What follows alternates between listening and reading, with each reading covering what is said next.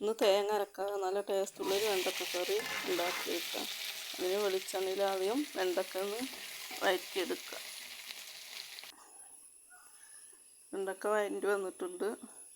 ഇനി അതൊഴിച്ച് ആ പാനിൽ തന്നെ വെളിച്ചെണ്ണ ഒഴിച്ച് കടുക് പൊട്ടിച്ച് ചെറിയ ജീരകവും വേപ്പിൻ്റെ ഇലയും ഇട്ട് കൊടുക്കുക. ചെറിയ ഉള്ളിയും വലിയ ഉള്ളിയും വാട്ടിയെടുക്കുക.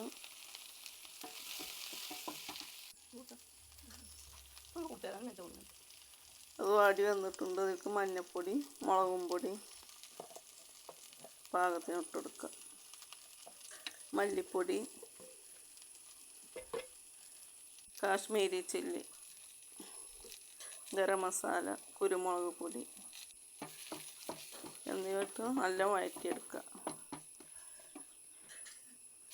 ഇനി അതിലേക്ക് തക്കാളി അരച്ച് വെച്ചതാണ്, അത് വഴറ്റിയെടുത്തിട്ട് പുളി പറന്ന് വെക്കാം.